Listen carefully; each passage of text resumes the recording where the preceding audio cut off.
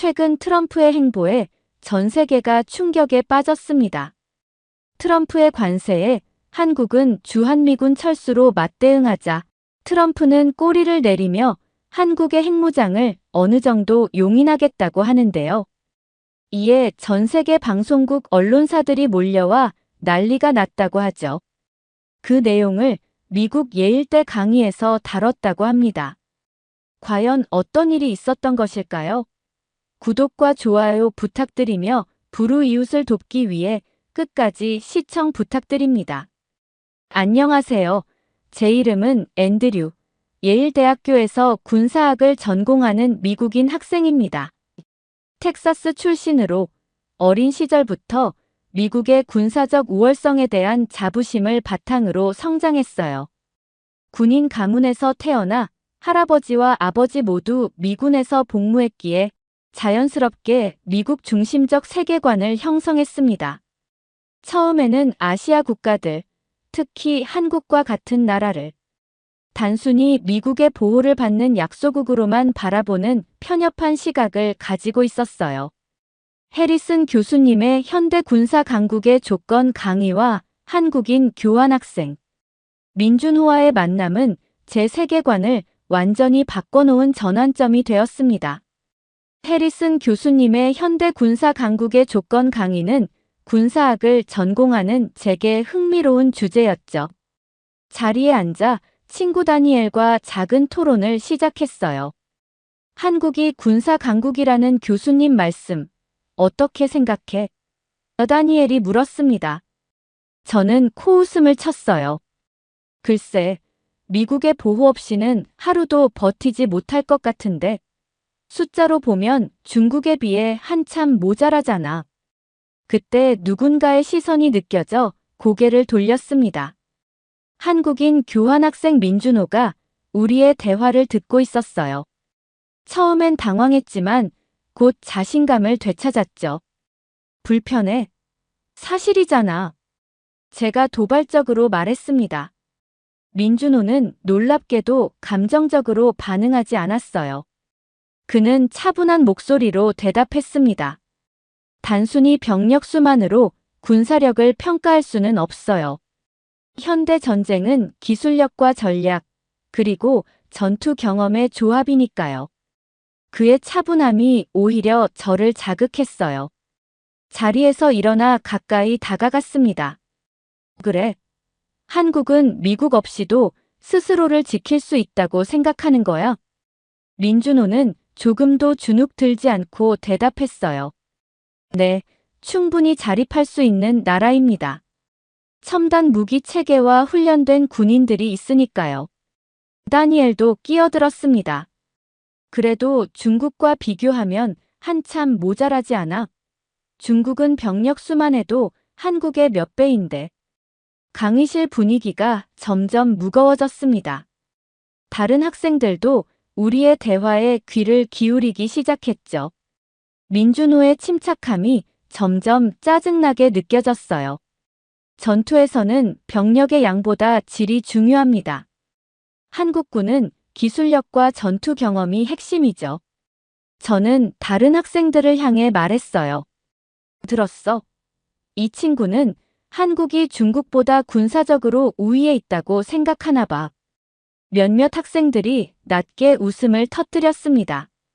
민준호는 고립되는 상황에서도 굴하지 않았어요. 군사력은 복합적인 요소로 평가해야 합니다. 한국은 첨단 무기 체계와 우수한 훈련 체계를 갖추고 있어요. 제가 다시 말을 이었어요. 그 경제력도 미국이 도와줬으니까 가능한 거 아니야? 전쟁 이후에 미국의 원조 없었으면 한국은 지금도 가난한 나라였을걸? 말이 점점 격해지던 순간 강의실 문이 활짝 열렸습니다. 해리슨 교수님이 당당한 걸음으로 들어오셨어요. 여기 전쟁이라도 났나? 교수님의 한마디에 강의실이 순식간에 조용해졌습니다. 저와 다니엘은 자리로 돌아갔고 민준호도 깊게 숨을 내쉬는 것이 보였어요. 왜인지 제 가슴 한편이 불편했습니다. 해리슨 교수님이 던진 질문이 제 마음에 남아 있었어요. 오늘 강의가 어쩌면 제 생각을 바꿀지도 모른다는 예감이 들었습니다. 해리슨 교수님의 등장으로 강의실이 조용해졌습니다. 교수님은 민준호와 저 사이의 긴장된 분위기를 감지하신 것 같았어요. 의자에 앉아 교수님의 날카로운 시선이 우리 쪽으로 향하는 것을 느꼈습니다. 오늘은 현대 전쟁에서의 군사력 평가에 대해 이야기해 보겠습니다. 그런데 강의를 시작하기 전에 방금 있었던 논쟁이 궁금하군요. 무슨 이야기를 그렇게 열정적으로 나누고 있었나요? 자신감 있게 손을 들었어요. 교수님, 저희는 한국의 군사력에 대해 토론하고 있었습니다. 제 생각에는 한국이 미국의 보호 없이는 스스로를 지킬 수 없다고 봅니다. 특히 중국과 같은 강대국 앞에서는요. 다니엘도 고개를 끄덕이며 제 말에 동조했죠. 중국은 병력만 해도 140만 명이 넘는다고 들었습니다. 단순한 수적 우위로도 압도적이지 않을까요? 민준호가 손을 들고 말할 기회를 얻었습니다. 그의 답변은 여전히 차분했어요. 군사력은 단순히 숫자만으로 평가할 수 없습니다. 기술과 정신력, 그리고 전략적 사고가 결합되어야 진정한 군사력이 되는 것이라고 생각합니다. 그의 말이 끝나자마자 반박했습니다. 그래. 그럼 베트남전에서도 한국은 별다른 역할을 못했다고 들었는데 해리슨 교수님이 갑자기 개입하셨어요. 그건 사실이 아닙니다. 앤드류. 베트남전에서 한국군의 역할은 상당했죠. 하지만 그건 나중에 더 자세히 이야기하도록 합시다. 교수님의 말씀에 당황스러웠습니다. 누구에게서 들었는지는 기억나지 않지만 한국군이 베트남에서 별 역할을 못했다고 확신했었거든요.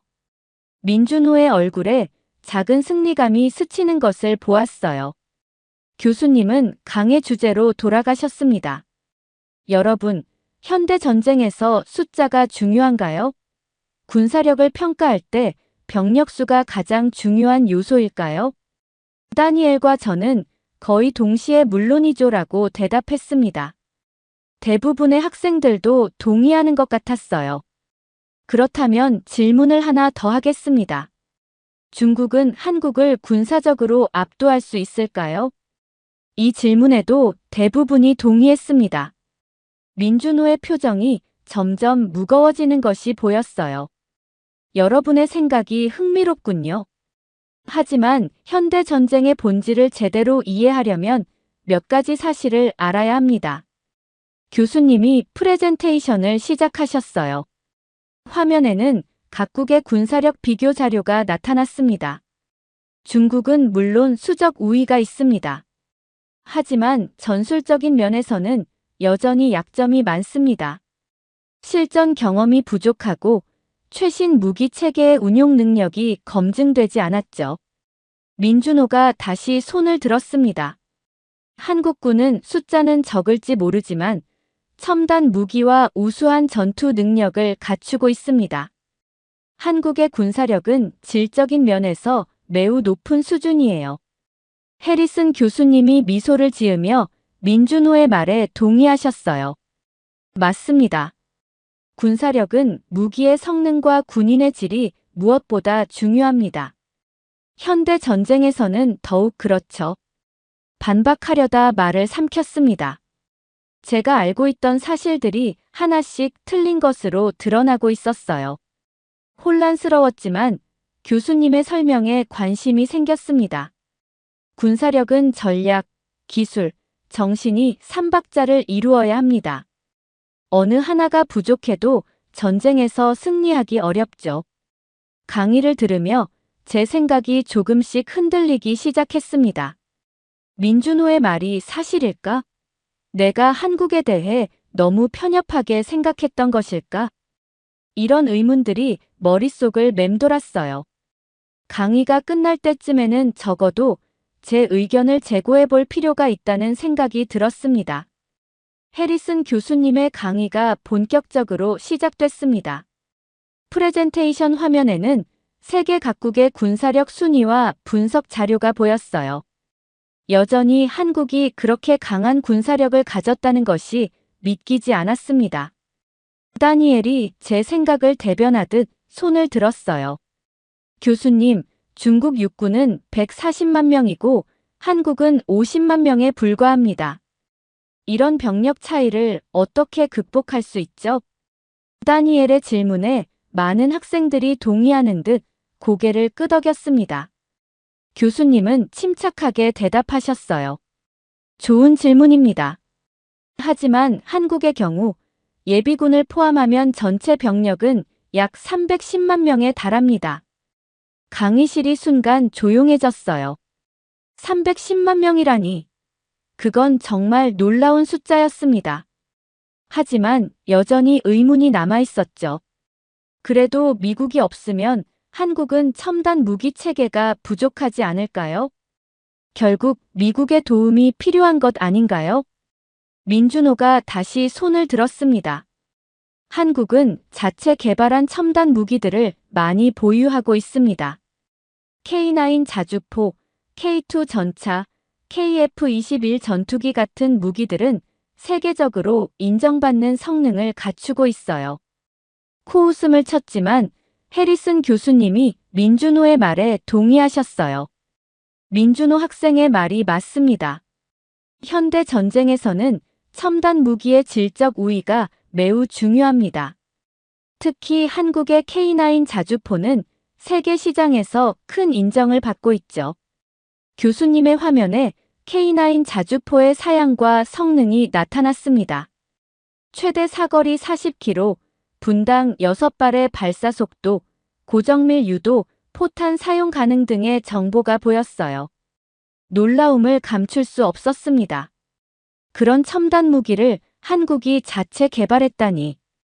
또한 한국은 F-35 스텔스 전투기를 다량 도입해 공중 우위를 확보하고 있습니다. 마지막 반박을 시도했어요. 중국도 스텔스 전투기인 J-20을 개발했다고 들었습니다. 비슷한 수준 아닌가요?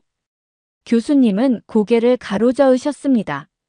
J-20은 아직 성능이 완전히 검증되지 않았습니다. 반면 F-35는 이미 검증된 성능을 갖추고 있죠. 민준호가 미소 짓는 것이 보였습니다. 점점 제 주장이 무너져가고 있었어요. 교수님은 이어서 현대 전쟁의 특성에 대해 설명하셨습니다. 현대 전쟁은 병력수보다 기술력이 중심이 됩니다. 정밀 타격 능력, 정보 수집 능력, 네트워크 중심 전투 능력이 승패를 좌우하죠. 민준호가 다시 손을 들었어요. 한국군은 특히 전투 효율과 정밀 타격 능력에 중점을 두고 훈련하고 있습니다. 병사 1명당 전투력이 매우 높은 편이에요. 이제는 진지하게 의문이 생겼습니다. 한국이 전투기를 독자 생산할 수 있나요? 미국의 기술 없이는 불가능하지 않나요? 교수님은 차분히 대답하셨어요. 현재 한국은 KF-21 보라매라는 자체 개발 전투기를 생산 중입니다. 물론 인도네시아와 협력하고 있지만 이를 통해 핵심 기술을 확보하고 있죠. 다니엘과 눈을 마주쳤습니다. 그의 표정에서도 혼란이 보였어요. 우리가 알고 있던 한국의 모습과 실제는 너무 달랐습니다. 해리슨 교수님이 마지막으로 충격적인 말씀을 하셨어요. 미국 국방부는 한국의 군사력을 매우 높게 평가하고 있습니다.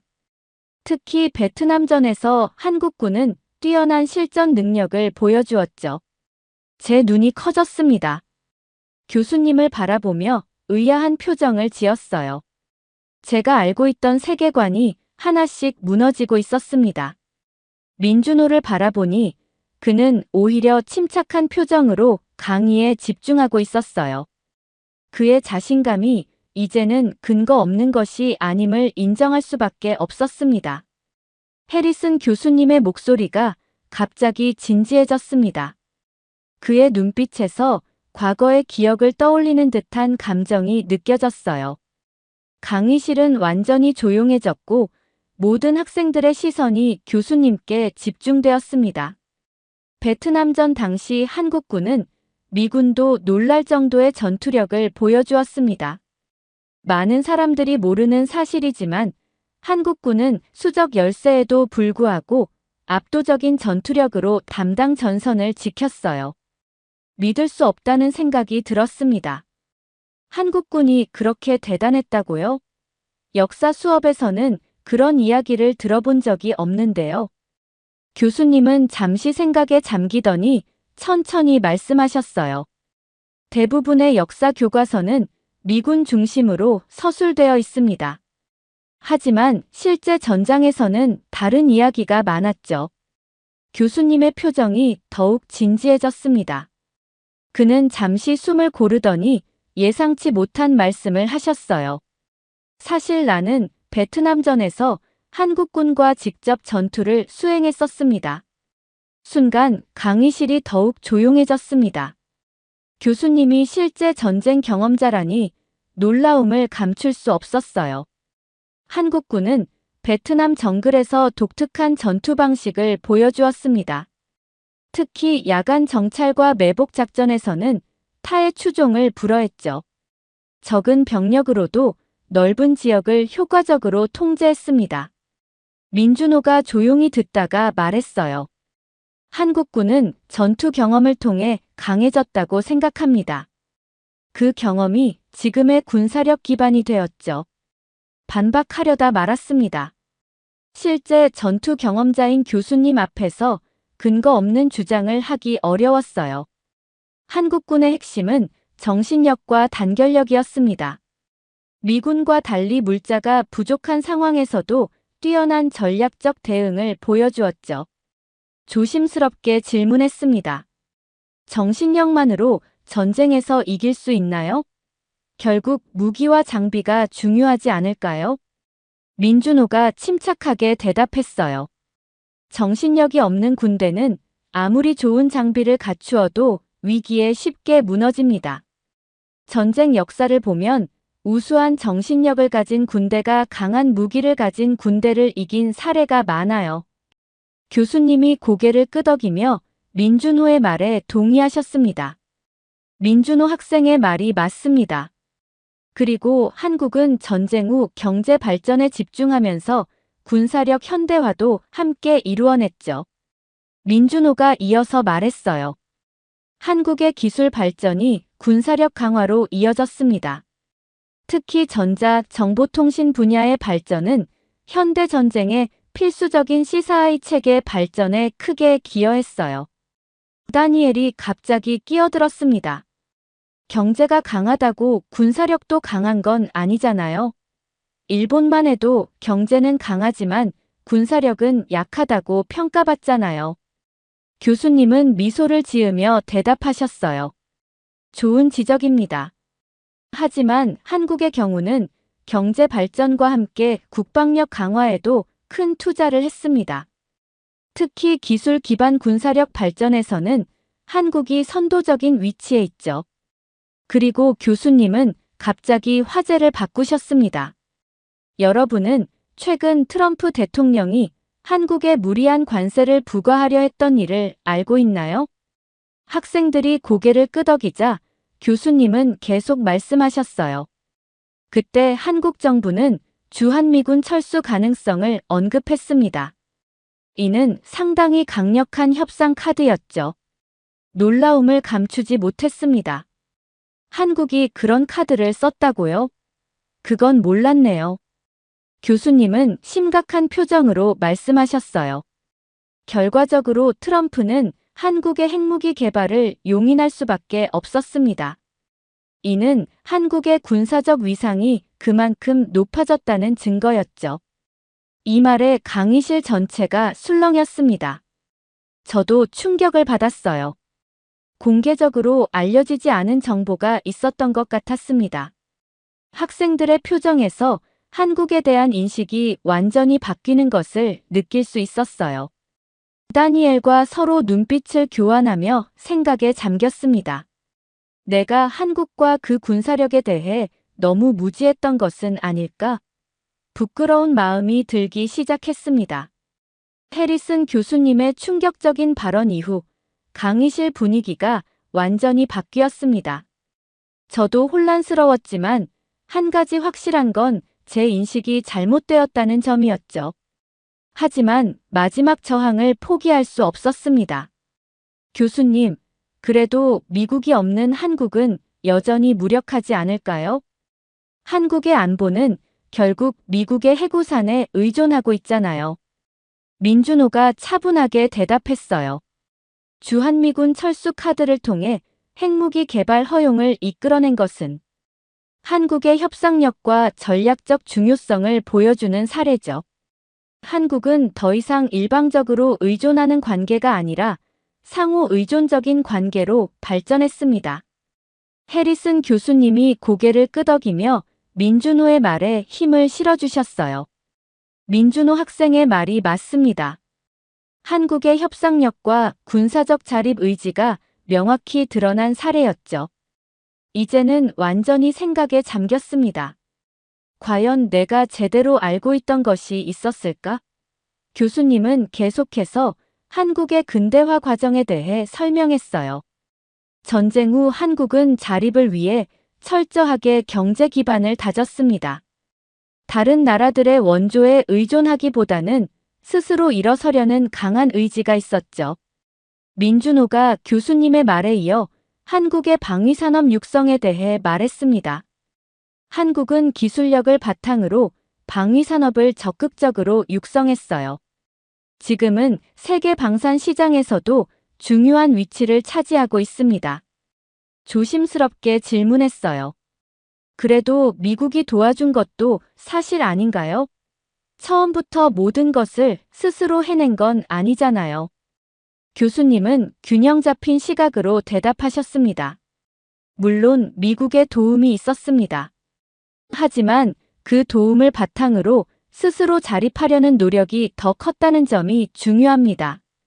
많은 나라들이 원조를 받았지만 그것을 발전의 원동력으로 삼은 나라는 많지 않았죠. 한국이 전쟁의 폐허에서 일어나 오늘날의 경제 강국으로 성장한 과정이 새롭게 다가왔습니다. 교수님은 계속해서 한국의 경제 발전과 군사력의 관계에 대해 설명했어요. 한국의 경제 성장은 군사력 발전의 토대가 되었습니다. 특히 첨단 산업 분야의 발전은 군사기술 발전으로 이어졌죠. 민준호가 말했어요. K9 자주포와 최신 전투기 개발은 한국의 기술력이 얼마나 발전했는지 보여주는 사례입니다. 더 이상 단순히 외국 무기를 도입하는 수준이 아니라 자체 개발 능력을 갖추게 된 거죠. 솔직히 인정했습니다. 한국이 그렇게 빠르게 발전할 줄은 몰랐네요. 사실 저는 아시아 국가들의 발전 과정에 대해 잘 몰랐던 것 같습니다. 교수님은 진지하게 대답하셨어요. 역경을 극복하려는 민족적 의지가 원동력이었죠. 한국 사람들의 교육열과 근면함도 큰 역할을 했고요. 이어서 교수님은 트럼프의 핵무기 개발 허용 배경에 대해 더 자세히 설명하셨습니다. 트럼프가 한국의 핵무기 개발을 허용한 이유는 단순합니다. 강력한 한국이 동북아 균형을 잡는 데 유리하다고 판단했기 때문이죠. 진지하게 물었어요.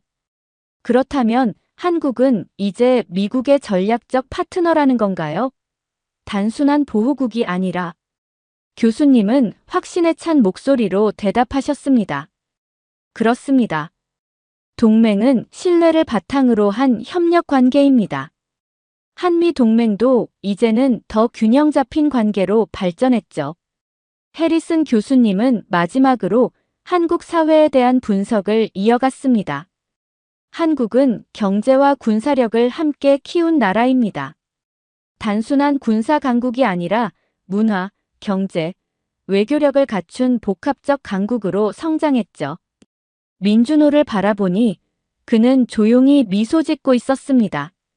제 안에서는 한국에 대한 새로운 존경심이 싹트기 시작했어요. 무지와 편견에서 벗어나 사실을 바탕으로 한 이해로 나아가는 과정이 시작된 것 같았습니다. 강희가 막바지에 접어들면서 민준호에게 했던 모든 말들이 머릿속을 맴돌았습니다. 교수님의 설명을 집중해서 듣고 때때로 메모를 하면서 자책감이 밀려왔어요. 강희가 잠시 쉬는 시간에 용기를 내어 민준호에게 다가갔습니다. 민준호, 솔직히 말하면 난 한국을 너무 단순하게 봤던 것 같아. 잘못된 정보와 편견으로 판단했어. 민준호는 잠시 당황한 듯 했지만 곧 미소를 지었어요. 잘못을 인정하는 건 쉽지 않지만 중요한 첫걸음이야. 내가 그걸 할 수 있다는 게 대단하다고 생각해.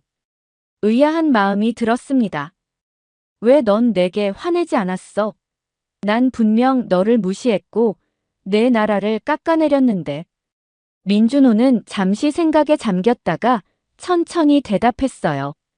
화내는 건 쉽지만 이해시키는 건 어렵잖아. 난 그저 사실을 바탕으로 대화하고 싶었을 뿐이야. 그리고 내가 열린 마음으로 들어주길 바랐고. 그의 대답에 고개를 끄덕이며 깊은 생각에 잠겼습니다. 쉬는 시간이 끝나고 해리슨 교수님이 다시 강의를 시작하셨어요. 군사력은 단순한 수치의 집합이 아닙니다. 병력수, 무기의 양, 국방비 등의 표면적인 지표만으로는 실제 전투력을 판단할 수 없죠.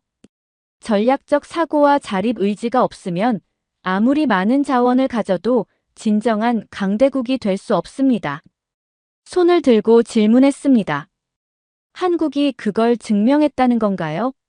자원이 부족해도 전략과 의지로 강해질 수 있다는 것을요. 교수님은 고개를 끄덕이며 대답하셨어요. 맞습니다. 그리고 미국이 그 점을 보고 있는 것이죠.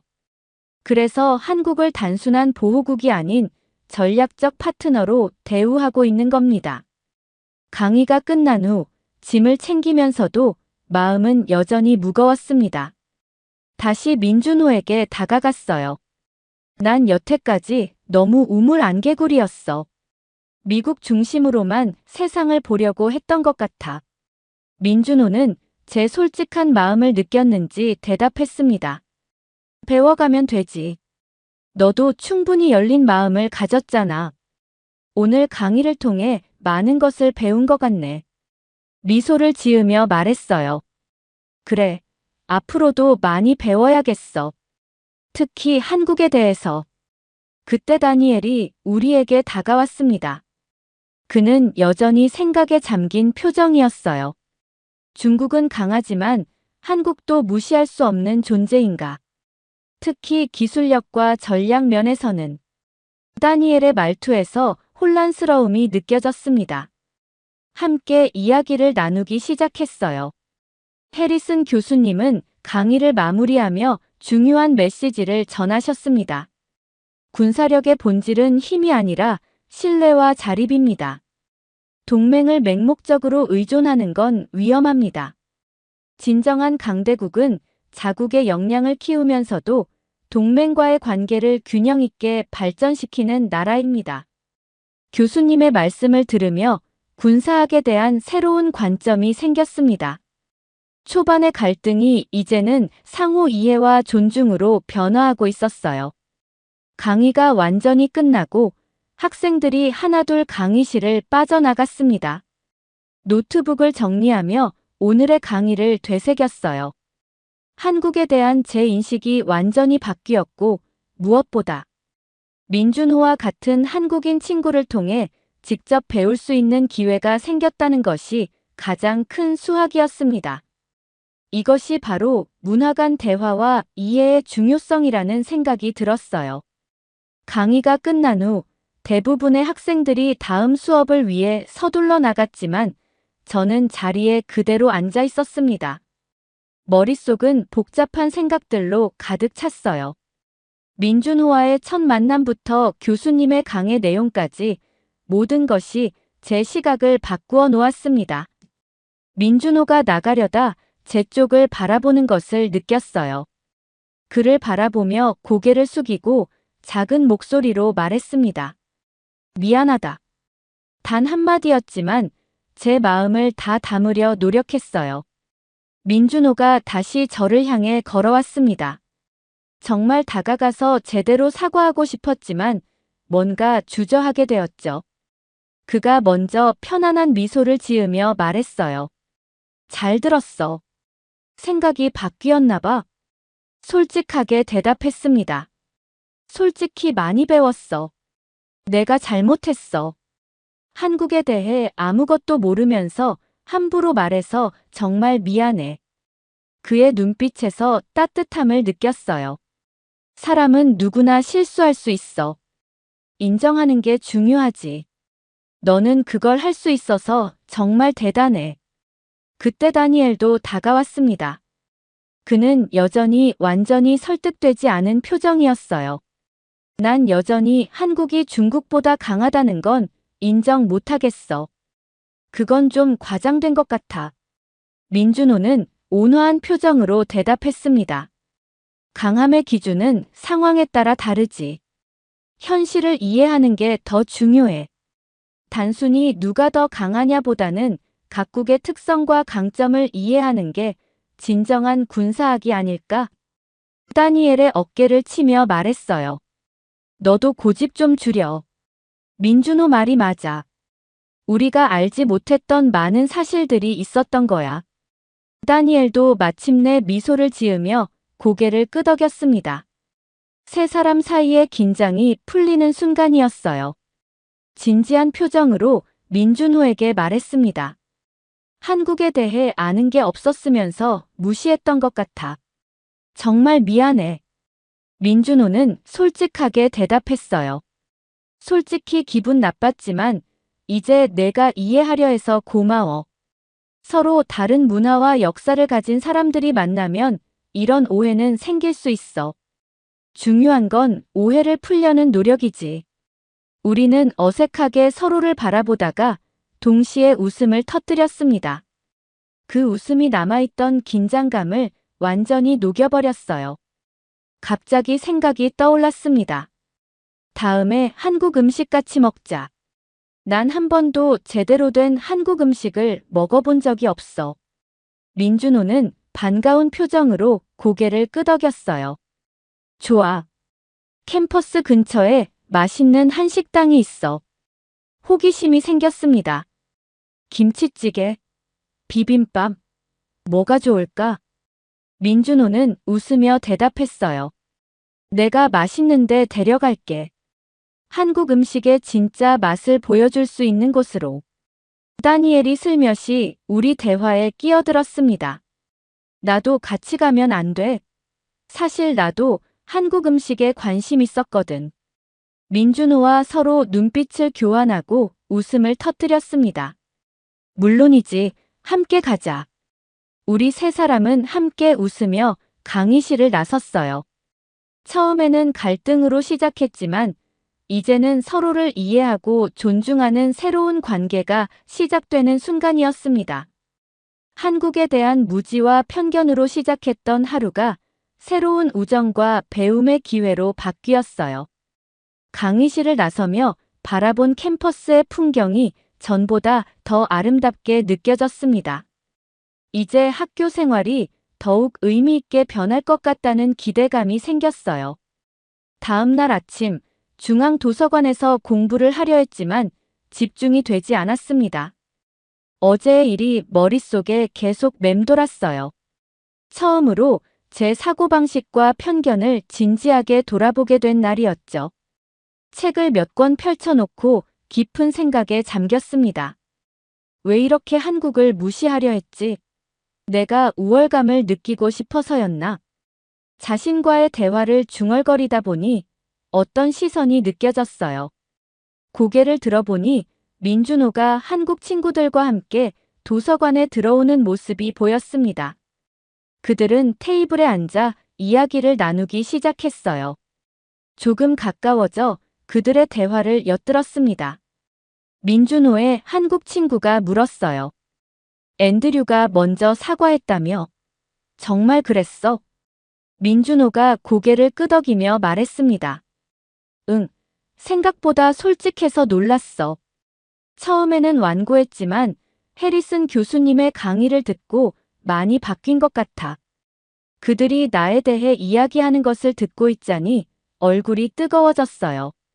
하지만 민준호가 긍정적으로 말해준 것이 다행이라는 생각이 들었습니다. 다시 책으로 시선을 돌렸지만 그들의 대화가 계속 귀에 들어왔어요. 점심시간이 되어 도서관을 나오던 중 해리슨 교수님과 마주쳤습니다. 용기를 내어 교수님께 다가갔어요. 교수님, 왜 그렇게 한국을 높이 평가하시나요? 다른 미국인들과는 조금 다른 시각 같은데요. 해리슨 교수님은 깊은 생각에 잠긴 듯 천천히 대답하셨습니다. 실제로 전쟁을 겪어본 사람은 강함을 판단하는 기준이 다르지. 나는 베트남에서 직접 한국군과 함께 싸웠고 그들의 진정한 힘을 목격했어. 그건 교과서나 뉴스에서는 배울 수 없는 것이었지. 진지하게 물었어요. 강함이란 뭐죠? 교수님은 의미심장한 표정으로 대답하셨습니다. 상황에 흔들리지 않는 정신과 기술력으로 뒷받침되는 실력이야. 그리고 무엇보다 자신의 한계를 넘어서려는 의지지. 깊이 생각하며 고개를 끄덕였습니다. 교수님께 감사의 말을 전하고 다음 수업을 위해 걸음을 옮겼어요. 오후 수업 시간, 민준호의 옆자리에 앉았습니다. 조용히 말을 걸었어요. 한국의 역사와 문화를 더 알아봐야겠어. 어제 교수님 말씀을 듣고 정말 많은 생각이 들었거든. 민준호는 놀란 표정을 지었습니다. 내가 이렇게 나올 줄은 몰랐다. 정말 좋은 변화야. 진지한 표정으로 말했어요. 한국인 친구를 제대로 사귀고 싶어. 문화적 차이를 넘어서 진짜 우정을 나누고 싶어. 민준호는 미소를 지으며 대답했습니다. 좋아. 그럼 진짜 친구로 시작하자. 서로의 문화에 대해 배우면서 함께 성장해 나가면 좋겠다. 내 표정이 밝아졌어요. 민준호는 계속해서 말했습니다. 솔직하게 인정하고 노력하는 게 진짜 강함이야. 그런 점에서 넌 이미 많이 강해진 것 같아. 미소를 지으며 말했어요. 앞으로 잘 부탁해. 우리는 가볍게 주먹을 맞대며 우정을 확인했습니다. 그 순간 갈등으로 시작된 관계가 이제는 상호 존중과 이해를 바탕으로 한 진정한 우정으로 발전할 수 있겠다는 희망이 생겼습니다. 수업이 끝난 후 민준호와 함께 캠퍼스를 걸으며 이야기를 나눴어요. 한국에 대한 많은 질문을 했고 민준호는 최대한 자세히 대답해주려 노력했습니다. 그의 문화에 대한 자부심과 지식이 인상적이었어요.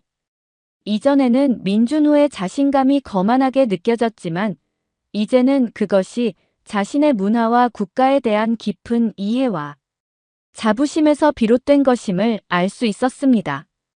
단순히 한국에 대한 인식만이 아니라 다른 문화를 대하는 태도 자체가 변화한 것 같았어요. 이것이 바로 교육의 힘이고 문화적 교류의 가치라는 생각이 들었습니다. 일주일이 지난 후 도서관에서 한국 전쟁과 경제 성장에 관한 자료들을 찾아보고 있었습니다. 책상 위에는 여러 권의 책들이 펼쳐져 있었고 노트에는 빼곡히 메모가 적혀 있었어요. 민준호가 다가오는 것을 보고 반갑게 인사했습니다. 민준호, 이것 좀 봐. 한국에 대해 이렇게 무지했을 줄이야. 베트남전에서 한국군의 활약상이 정말 대단했더라. 역사 수업에서는 전혀 다루지 않았던 내용이야. 민준호는 미소를 지으며 제 옆자리에 앉았어요. 계속해서 말을 이어갔습니다. 진짜 강함은 자립하려는 의지라는 걸 이제 알겠어. 한국이 전쟁의 폐허에서 일어나 오늘날의 강국이 된 과정이 정말 놀라워. 민준호의 표정에서 감사함이 느껴졌어요. 내가 이렇게 관심을 가져줘서 고마워. 많은 사람들이 한국을 단순히 작은 나라 또는 미국의 동맹국으로만 바라보는데 넌 더 깊이 이해하려고 노력하고 있어. 도서관을 나와 캠퍼스를 걸으며 대화를 이어갔습니다. 가는 길에 한국 교환학생들과 마주쳤고 그들에게도 자연스럽게 인사를 건넸어요. 이전에는 그들을 그냥 지나쳤을 텐데 이제는 다르게 느껴졌습니다. 이제는 편견 없이 바라보려고 노력해야겠다는 생각이 들어. 모든 문화와 국가에는 배울 점이 있는 것 같아. 민준호가 미소를 지으며 공감했어요. 맞아. 서로의 문화를 이해하고 존중할 때 진정한 교류가 시작되는 거야. 다니엘도 우리에게 합류했습니다. 그는 이전보다 훨씬 부드러운 태도로 대화에 참여했어요. 민준호, 다음 주에 있을 해리슨 교수님의 특강에 같이 갈래? 주제가 동아시아의 군사적 균형이래. 우리 셋은 함께 걸으며 앞으로의 계획에 대해 이야기했습니다. 다음 학기에는 함께 군사학 수업을 듣기로 했고, 주말에는 한국 문화를 더 깊이 이해할 수 있는 활동을 계획했어요. 해리슨 교수님이 우리를 발견하고 다가오셨습니다. 그는 우리의 모습을 보며 만족스러운 미소를 지으셨어요. 여러분, 다음 특강 준비는 잘 되고 있나요? 특히 앤드류 학생, 당신의 관점 변화가 흥미로울 것 같은데요. 감사의 마음을 표했습니다. 감사합니다, 교수님. 저도 이제 더 넓은 시각으로 바라보려고 노력하고 있습니다. 교수님은 우리 셋을 바라보며 말씀하셨어요. 군사학은 단순한 무기가 아니라 인간의 정신과 역사를 포함합니다. 다른 나라를 이해하려고 노력하는 자세가 진짜 강함이죠. 교수님의 말씀에 깊이 공감했습니다. 학생들이 모여있던 곳에서는 자연스럽게 박수가 터져 나왔어요. 민준호에게 진지한 표정으로 말했습니다. 내가 더 노력해서 한국에 대해 많이 배우고 싶어. 언젠가 한국을 직접 방문해보고 싶다는 생각도 들어. 민준호는 기쁜 마음으로 대답했어요. 그럼 내가 도와줄게. 같이 성장하자. 한국에 대해 알고 싶은 것이 있으면 언제든 물어봐. 다니엘도 고개를 끄덕이며 동참했습니다. 나도 너무 편협하게 생각했던 것 같아. 함께 배워가고 싶어. 우리 셋은 함께 캠퍼스를 걸으며 밝게 웃었어요. 햇살이 가득한 오후, 우리의 발걸음은 가벼웠고 마음은 희망으로 차 있었습니다. 문득 말했어요. 하루아침에 변할 순 없겠지만 천천히 배우면 되겠지. 중요한 건 계속해서 노력하는 거니까. 민준호가 공감하며 대답했습니다. 우리도 아직 많이 배워야 해. 서로에게 배우면서 함께 성장해 나가는 게 중요한 거야. 해리슨 교수님의 말씀이 다시 떠올랐습니다. 서로를 존중하는 자세가 진정한 군사 강국의 시작이다. 그 말은 단순히 군사학에만 적용되는 것이 아니라 인간관계와 문화 교류의 모든 측면에 해당되는 진리였어요. 강의실을 향해 걸어가며 우리 모두의 표정은 한결 밝아져 있었습니다. 한 번의 갈등이 이렇게 깊은 이해와 우정으로 발전할 수 있다는 것이 놀라웠어요. 이것이 바로 문화적 교류의 진정한 가치이자 교육의 힘이라는 생각이 들었습니다. 사연자분께 전하고 싶은 말씀이 있으시면 댓글로 남겨주시면 전달해 드리겠습니다. 그러면 더욱 감동적인 다음 사연으로 넘어가겠습니다. 대체 왜 이렇게 한국 음식들을 이야기하는 거야? 왜 그딴 음식을 맛있는 음식이 얼마나 널렸는데 그런 쓰레기 같은 음식을 먹고 싶어 하다니 답답하네 여기. 영국의 한 가정집에서 노트북 앞에 앉아 머리를 쥐어뜯는 한 여성이 있습니다. 음식 블로그를 운영 중인 이 여성은 한식 빼고는 모든 음식을 리뷰했을 정도인데요. 과거 한식에 대한 트라우마를 극복하지 못했다고 하네요. 최근 한식 리뷰에 대한 댓글들에 큰 스트레스를 받고 있는 여성은 노트북 앞에서 홀로 중얼거리고 있는 중이었습니다. 그러다 한 메시지를 받은 여성의 눈이 동그래지는데요. 과연 이 여성은 트라우마를 극복하고 한식을 경험할 수 있을까요? 오늘은 영국의 음식 블로거 루시퍼 씨의 이야기를 들려드릴게요. 안녕하세요. 저는 영국 맨체스터에서 음식 블로거를 운영하고 있는 루시퍼라고 해요. 블로그를 한 지 벌써 5년 되었고, 나름 맨체스터에서 저희 블로그는 많은 사람들에게 사랑을 받고 있습니다. 제 블로그가 잘 될 수 있었던 건 저는 항상 제 자신을 모험을 즐기는 미식가라고 생각해 왔기 때문이에요. 세계가 제공하는 다양한 맛을 탐험하는 게 저의 열정이었죠. 존경받는 푸드 블로거로서 제 일이자 열정은 성실하고 통찰력 있는 리뷰를 독자 여러분과 공유하는 거예요. 하지만 사실 저는 한 가지 비밀을 숨기고 있었어요.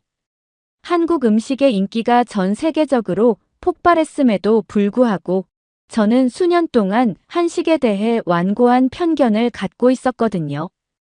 한식에 대한 제 과거의 경험들이 입에 쓴맛을 남겼어요. 말 그대로예요.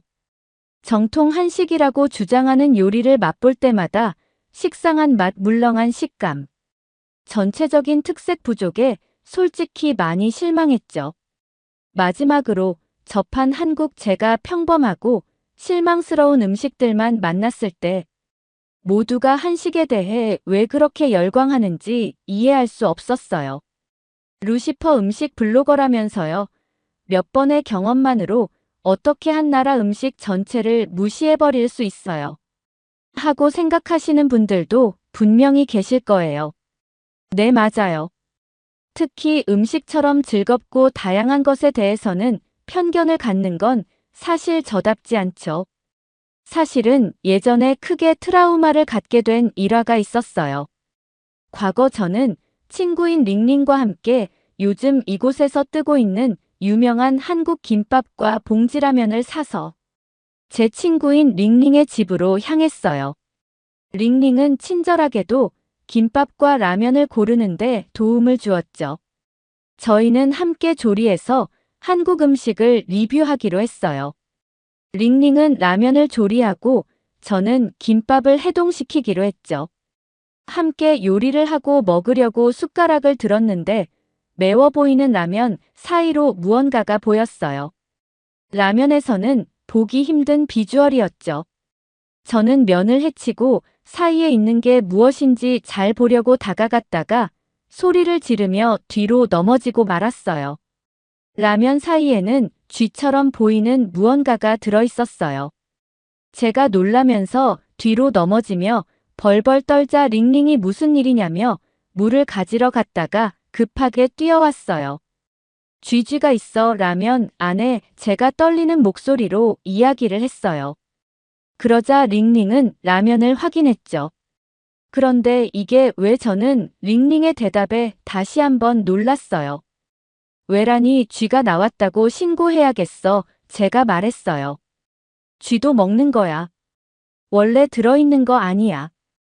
왜 이렇게까지 놀라? 저는 링링의 말에 이제는 패닉이 되기 직전이었어요. 결국 저는 링링에게 다음에 먹자고 이야기를 한 뒤 집을 뛰쳐나왔어요.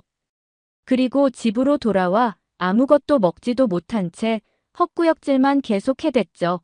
그 이후 한식은 쳐다도 보지 않았어요. 대체 왜 한식이 유행인지 이해도 할 수 없었죠. 한식이라면 이제는 토부터 올라오는 기분이었어요. 그런데 최근 문제가 좀 생겼어요. 제 팔로워들이 계속해서 한식 콘텐츠를 요청했거든요. 그들은 제가 동네 최신 한식 바비큐 식당을 리뷰하고 최신 유행 비빔밥 맛집에 대한 제 생각을 공유하고 최근의 김밥 열풍에 대해 한마디 해주길 바랐어요. 하지만 저는 매번 바쁜 일정이나 다른 요리에 우선순위를 둔다는 핑계로 정중하게 거절하곤 했죠. 그런데 한 구독자분께서 진지하게 메시지를 보내주셨어요. 안녕하세요. 루시퍼님, 저는 루시퍼님의 첫 구독자입니다. 구독자가 없던 처음부터 지금까지 모든 글을 항상 팬심을 다해 챙겨보고 있어요. 저는 한국인이에요. 혹시 한국 음식에 대해서는 아예 리뷰를 하지 않으시는 걸까요? 사실 저는 불치병이에요. 먹고 싶은 것을 마음대로 먹지 못하는 저는. 루시퍼님께서 여러 나라의 맛있는 음식을 묘사해 주신 글을 보면서 많이 힘을 얻고는 했어요. 죽기 전에 루시퍼님께서 한국 음식을 먹고 리뷰해 주시는 글을 꼭 보고 싶어요. 부탁드립니다. 글을 보고 저는 눈물이 차오르는 것을 느꼈어요. 감동도 감동이었지만 저의 첫 구독자가 불치병이라뇨. 사실 그분 덕분에 여기까지 왔다고 해도 과언이 아니었어요. 그런 그분이 연락까지 주신 것을 보며 저는 깊은 고민에 빠졌습니다. 글을 보고 곰곰이 생각을 해본 뒤 저는 제가 편견과 맞서 싸워야 한다는 걸 깨달았어요. 저의 첫 구독자가 원하는 한식을 더 이상은 무시할 수가 없다는 생각이 들었죠. 제 블로그는 구독자들 한 분 한 분을 소중하게 여기고 있었고 정직하고 열린 마음으로 철저하게 리뷰한다는 평판을 쌓아왔는걸요. 앞으로도 신뢰할 만한 음식. 블로거로 남으려면 저는 한식의 새로운 눈과 편견 없는 입맛으로 접근해야만 했어요. 그리고 제 구독자님의 소원을 꼭 들어주고 싶다는 생각이 들었죠. 그래서 저는 결심했어요. 한식을 재발견하는 여정을 떠나기로요.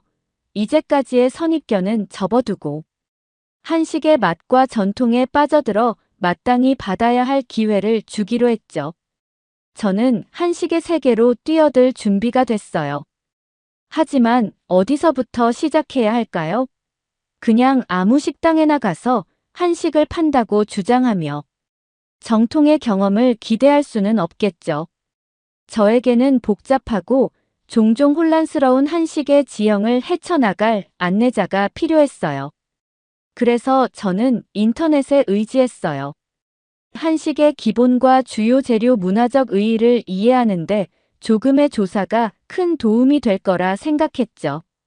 검색을 해보면서 저는 조금 놀라운 사실을 알게 되었어요. 2025년까지 세계 한식 시장이 무려 247억 달러에 이를 것으로 예상된다는 걸 아시나요?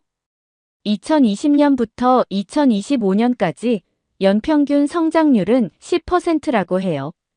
한식이 서울에서 런던까지 전 세계 미각을 사로잡고 있다는 건 이로 인해 분명해진 셈이었죠. 그러다 한국 음식에 관한 수많은 기사, 블로그 포스트 포럼 토론을 훑어보던 중 한 헤드라인이 제 눈에 띄었어요. 한식의 어두운 면 가짜 제품과 진정성을 위한 투쟁. 저는 흥미가 생겨 링크를 클릭하고 읽기 시작했죠. 기사는 영국, 캐나다, 호주 등 여러 나라에서 한식의 인기가 높아지고 있다는 점을 강조하며 한식의 세계적 성장세를 이야기하고 있었어요. 한식이 문화적 현상이 되어 모퉁이마다 한식 바비큐 식당이 생겨나고 김치가 가정 필수품이 되었다고 쓰여 있었죠. 하지만 계속 읽어내려가자 어조가 바뀌었어요. 기사는 한식 성공의 이면에 도사리고 있는 정통, 한식으로 가장한 가짜 제품이 널리 퍼져 있는 문제에 대해 이야기하고 있었어요. 해외에서 판매되고 있는 많은 소위 한국 요리가 사실은 허접한 재료로 만든 싸구려 모조품들이 많으며 진짜와는 거리가 멀다는 사실에 저는 충격을 받았어요. 기사는 한식 열풍을 이용해 정통 한식의 진실성을 훼손하는 중국산 짝퉁이 시장에 범람하고 있다는 수많은 사례를 인용하고 있었어요. 가짜 미역부터 모주 김치까지 이런 가짜 제품들은 소비자를 속이고 정통 한식의 명성에 먹칠을 하고 있었죠. 믿을 수 없다는 듯 컴퓨터 화면을 응시하던 저는 무거운 깨달음에 사로잡혔어요. 제가 한식에 대해 부정적인 경험을 한 것이 혹시나 이런 가짜 제품 때문이었을까요? 많은 이들처럼 저도 요리사기의 희생양이 된 걸까요? 곰곰이 생각할수록 점점 퍼즐 조각이 맞춰지기 시작했어요. 한식을 대표한다고 했던 그 식상하고 실망스러운 식사들. 그것들이 애초에 모두 가짜였을 가능성이 컸죠. 그 생각에 분노와 깨달음이 동시에 밀려왔어요. 이 불의를 계속 내버려 둘 수는 없었어요. 저는 이 문제에 대해 세상에 알리고 한식의 진정성을 옹호해야 할 책임감을 느꼈죠. 한식의 실상과 진짜 한국 제품 지지의 중요성에 대해 저 자신은 물론 팔로워들을 교육해야 한다는 걸 깨달았어요. 하지만 먼저 정통 한식을 직접 경험해봐야 한다는 생각이 들었어요. 잠재적으로 가짜일 수 있는 음식과의 과거 만남에 의존할 순 없었으니까요. 한식을 특별하게 만드는 맛과 기술. 전통의 근원으로 저는 직행해야만 했어요. 그래서 저는 배고프고 호기심 많은 음식 블로거라면 누구나 할 법한 일을 했죠. 바로 한국 서울행 비행기 표를 끊었어요. 한식 문화의 중심지로 향하는 미식 모험을 시작할 준비가 됐죠. 저는 진정한 맛의 이면에 숨은 진실을, 그리고 한식을 전 세계 수백만 명이 사랑하게 만드는 비결을 발견하리라 마음먹었어요. 여행 가방을 꾸리고 여정을 준비하면서 점점 흥분과 긴장이 교차했어요. 편안한 구역 밖으로 나가 한때 무시했던 음식을 받아들이고 새로운 경험의 마음을 열어야 했죠. 하지만 저뿐 아니라 진실한 음식을 먹을 자격이 있는 전 세계 미식가들을 위해서라도 이건 떠나야 할 여정이라는 걸 알고 있었어요. 그때는 서울 여행이 삶을 바꾸는 모험의 시작에 불과하리란 걸 몰랐죠.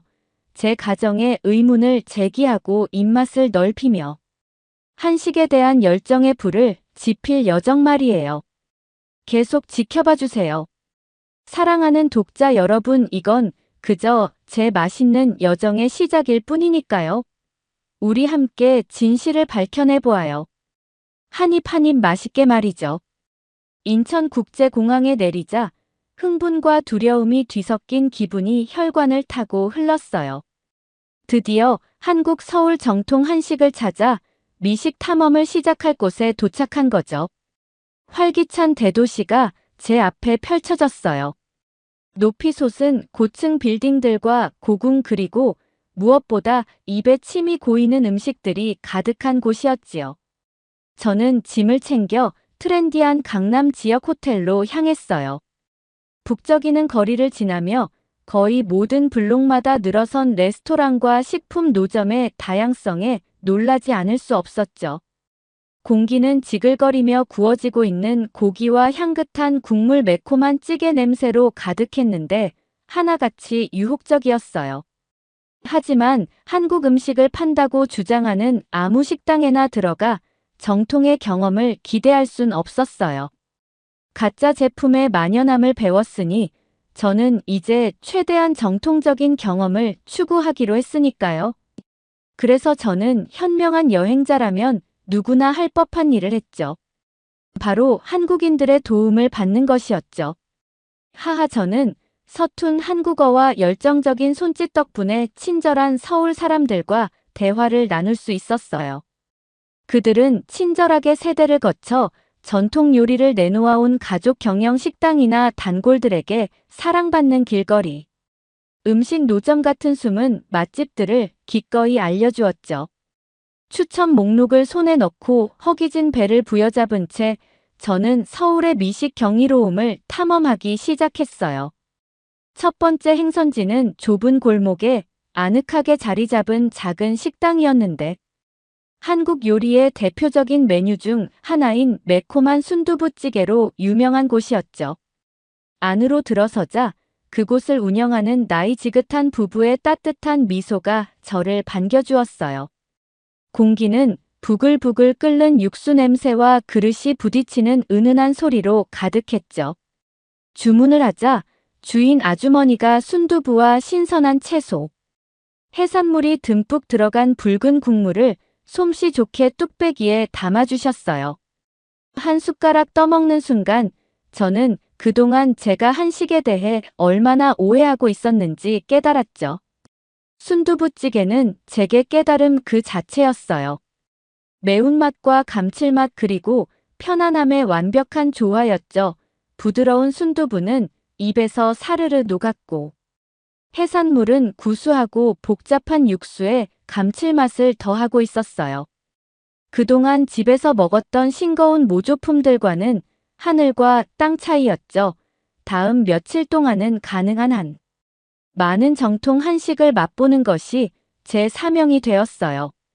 저는 콩나물 국밥이라는 든든한 콩나물 국물을 후루룩 들이켰고, 빈대떡이라 불리는 녹두 부침개의 바삭하고 노릇한 완벽함에 감탄했죠.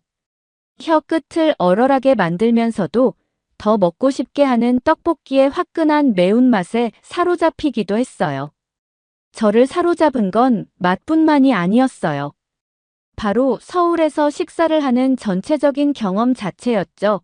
길거리 음식에서는 솜씨 좋게 고기를 구워내고, 거대한 떡볶이 냄비를 저어대는 상인들의 활기찬 에너지가 느껴졌어요. 손님들이 모여 앉아 직접 고기를 굽고 함께 먹는 즐거움을 나누는 한식. 바비큐 식당의 화기애애한 분위기도 정겨웠지요. 한식이 세계에 깊숙이 빠져들면서 저는 각각의 음식 뒤에 숨겨진 깊은 문화적 의미를 이해하기 시작했어요. 김치를 비롯한 발효 음식이 한국 요리에서 얼마나 중요한지, 맛있을 뿐 아니라 건강에 좋은 프로바이오틱스까지 가득하다는 사실을 배웠죠. 손맛이라는 개념도 알게 됐는데, 말 그대로 한 사람의 손에서 나오는 맛을 강조하는 거예요. 각각의 음식을 준비하는 데 쏟아붓는 정성과 사랑을 의미하죠. 저는 한국 요리사와 한국의 음식 블로거, 열정적인 미식가들과의 대화를 통해 한식을 형성해온 풍부한 역사와 전통에 대한 새로운 감사함을 얻었어요.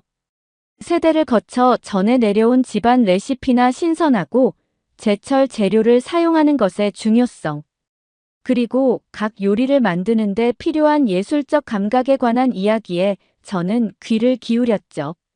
하지만 이 모든 맛있는 경험과 문화적 통찰력 속에서도 저는 고향에서 마주쳤던 가짜 제품에 대한 불안감을 아직 완벽하게 떨쳐낼 수가 없었어요. 서울에서 경험하는 생생하고 정통적인 맛과 오랫동안 제 한식 인식을 물들여온 실망스러운 짝퉁 사이의 간극을 어떻게 메울 수 있을까요? 저는 결국 더 깊이 파고들어야 한다는 걸 알았어요. 문제의 근원을 이해하고 한식의 진실을 팔로워들과 공유할 방법을 찾기 위해서 말이죠. 그래서 저는 배불리 먹은 김치의 힘과 한식의 정통성을 지키겠다는 마음가짐으로 무장한 채 가짜 한식 제품의 세계를 조사하기 시작했어요. 호텔 방으로 돌아와 노트북 화면에 깜빡이는 커서를 바라보며 새롭게 얻은 지식과 경험으로 머리가 핑핑 도는 것이 느껴졌어요.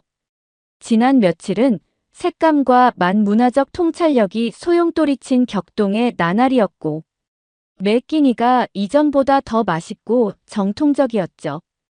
블로그 포스트를 쓰려고 맞붙은 자리에서 저는 더 조사해야겠다고 생각했어요. 가짜 한식 문제 파악을 위해서 말이죠. 그래서 거리로 나가 질문을 던지기 시작했어요. 저는 직접 만든 김치와 고추장을 자랑스럽게 진열한 아주머니들이 운영하는 시장을 찾아갔어요. 각 병마다 한국 요리의 오랜 전통이 깃들어 있었죠. 식당 주인들과 대화를 나누면서 저는 그들이 요리에 언제나 가장 신선하고 정통적인 재료만 쓴다는 열정적인 모습을 엿볼 수 있었어요. 그러다 깨달음을 얻었어요. 그 깨달음은 형석이라는 젊은 사업가를 만나면서 시작되었죠. 그는 해외에서 판매할 진짜 한국 식재료를 수입하는 작은 회사를 차렸더라고요. 김이 모락모락 나는 녹차를 마시며 대화를 나누던 중 그는 세계 시장에 가짜 제품이 만연한 데에 대한 좌절감을 토로했어요. 맛의 문제만이 아니에요. 형석 씨가 근심 어린 눈살을 찌푸리며 설명했어요. 가짜 제품들은 맛이 안 좋은 것뿐만 아니라 한식의 본질 자체를 위협하고 있거든요. 이어서 부실한 재료로 만들어지고 제대로 된 발효 과정도 거치지 않은 가짜 김치가 소비자들의 건강에 해로울 수 있다고 말했어요. 가짜 고추장에는 싸구려 첨가물과 인공색소가 들어있어서 진짜의 풍부하고 복잡한 맛과는 거리가 멀다는 사실도 털어놓았지요. 형석 씨의 이야기를 들으며 제 안에서는 분노와 배신감이 차올랐어요. 이 가짜 제품들이 어떻게 시장에 침범하여 소비자들을 속이고 정통 한식의 명성에 먹칠을 할 수 있는 거죠. 번개처럼 깨달음이 스쳐갔어요. 제가 트라우마를 겪게 되었던 그 식사 그때 그 라면이 애초에 모두 가짜 제품 때문이었을 거라는 생각이 스쳐 지나갔죠. 생각해보니 그때 라면 껍질에는 여기서 보았던 한글과는 다른 한자가 적혀 있었어요. 그래요. 이제 모든 게 맞춰지는 기분이 들어요. 링링이 골라주었던 김밥과 라면, 그것들은 모두 진짜인 척하는 중국산 가짜 제품들이었던 것이 확실해요.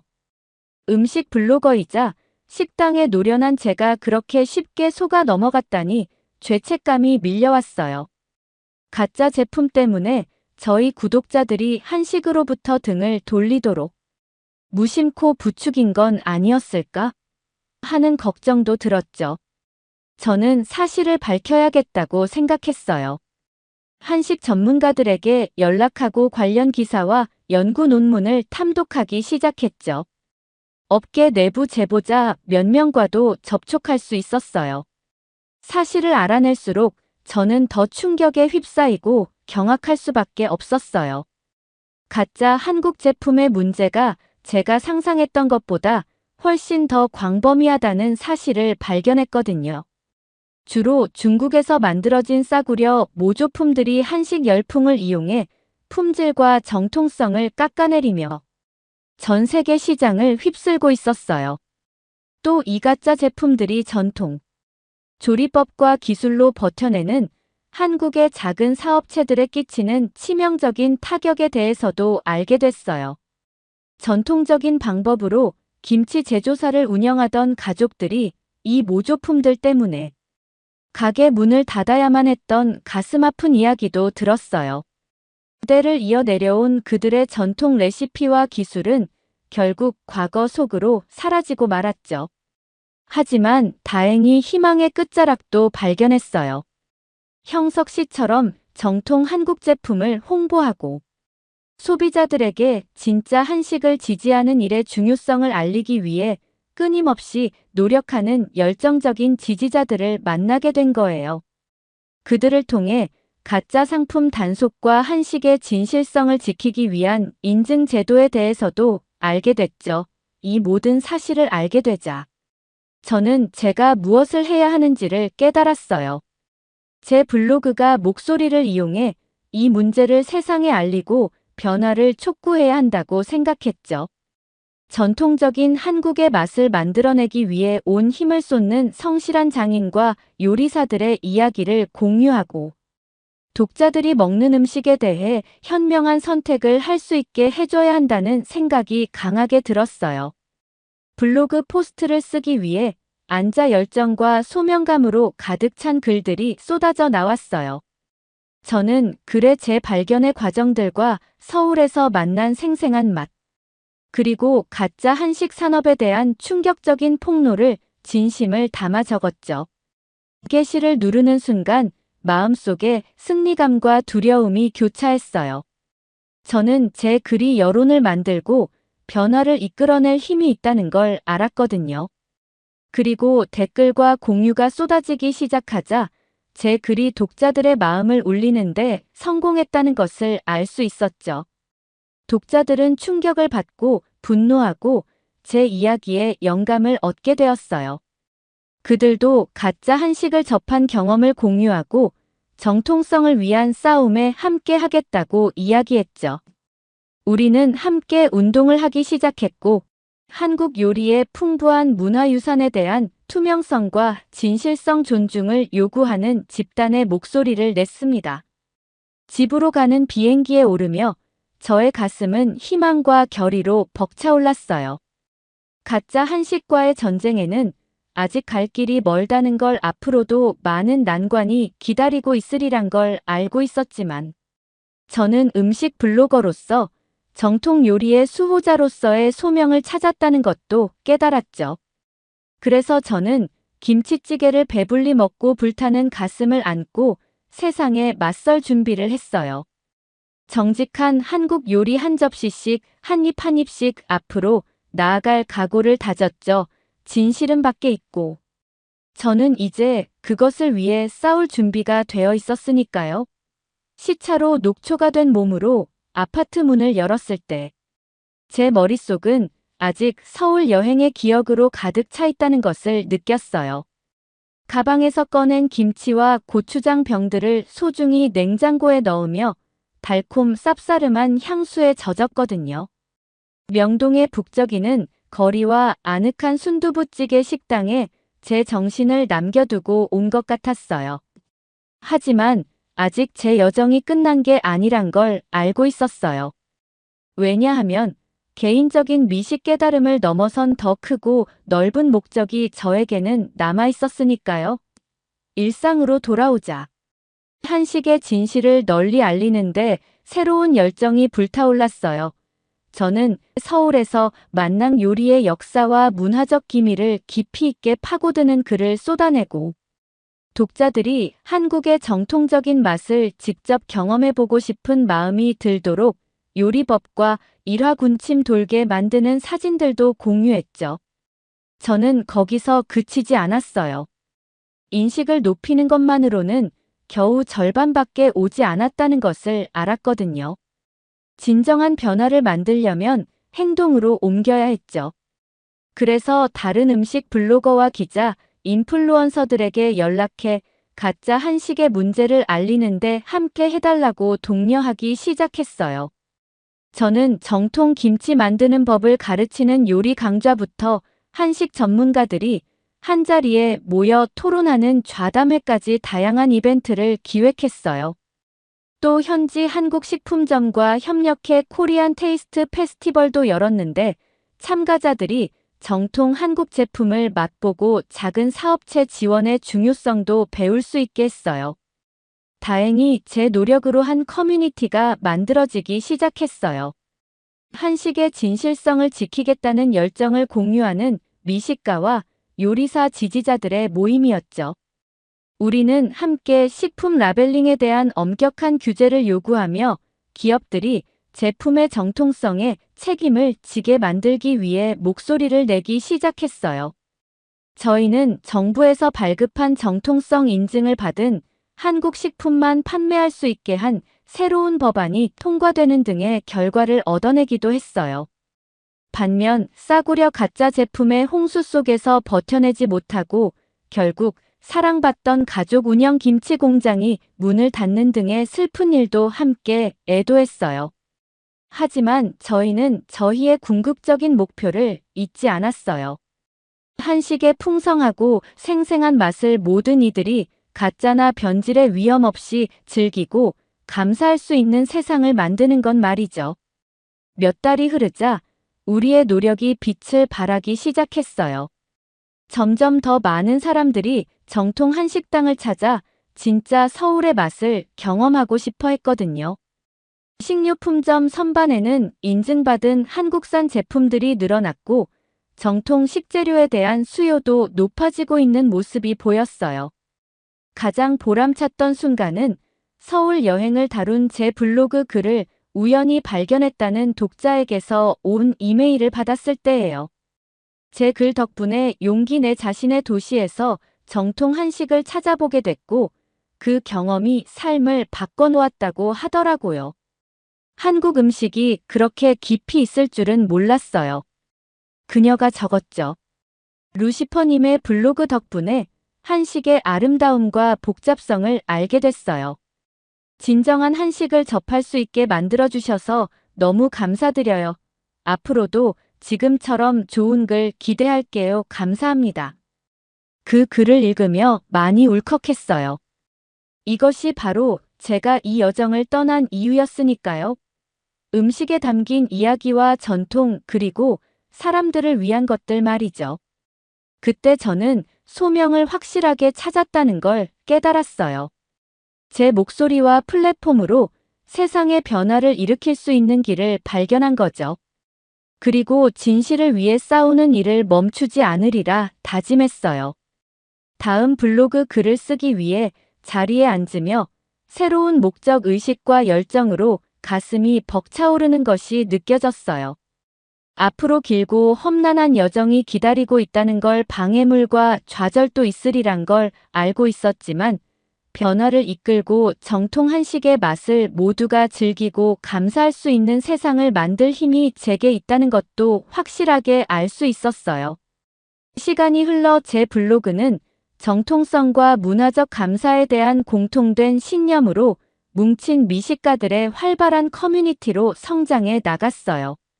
그리고 저는 세계 곳곳을 여행하며 수많은 나라와 문화의 풍성한 요리 전통을 탐험할 놀라운 기회를 얻었어요.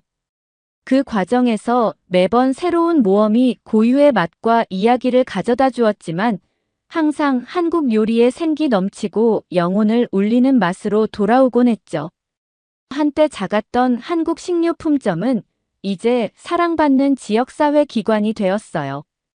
팔을 벌려 저를 환영해 주시는 주인 아주머니들의 따뜻한 미소는 지혜와 사랑으로 제게 큰 힘을 주시고는 한답니다. 그리고 가짜 한식과의 싸움은요, 여전히 진행 중이에요. 항상 경계를 늦추지 않고 교육하고 흔들림 없이 헌신을 다해야 하는 싸움이죠. 하지만 해가 갈수록 진전이 보여요. 정통성의 중요성에 대한 인식이 높아지고 있고 투명성과 진실성 있는 음식을 원하는 소비자들이 늘어나고 있거든요. 물론 앞으로도 맞닥뜨려야 할 도전과 장애물이 있다는 걸 잘 알아요. 하지만 저 혼자가 아니에요. 제 열정을 함께 나누는 세계 각국의 미식가와 요리사 지지자들이 있으니까요.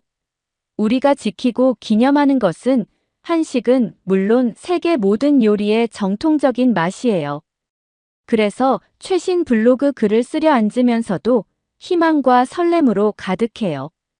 모든 글과 이야기 레시피에는 한국 요리를 비롯한 세계 모든 요리의 진실된 맛을 모두가 즐기고 감상할 수 있는 세상을 만드는 힘이 있다는 걸 알고 있거든요. 제가 직접 담근 김치 한 입을 베어 물며 저는 매콤하고 새콤달콤한 맛 감칠맛이 어우러지는 복잡한 풍미를 음미하며 이 순간까지 저를 이끌어준 놀라운 여정이 떠올렸어요. 순간 저를 음식 블로거로서 인간으로서 성장할 수 있는 경험을 하게 해준 한국에 대해 깊은 감사함이 느껴졌어요. 그러니 함께 미래를 향해 나아가 볼까요? 미식가 여러분, 정통성이 최고의 가치가 되는 세상, 한국 요리를 포함한 전 세계 모든 요리의 풍성하고 찬란한 진실을 기리는 세상 말이에요. 그리고 세상을 변화시키는 음식의 힘을 위해 건배합시다. 한국식으로 정통적이고 맛있게 말이죠.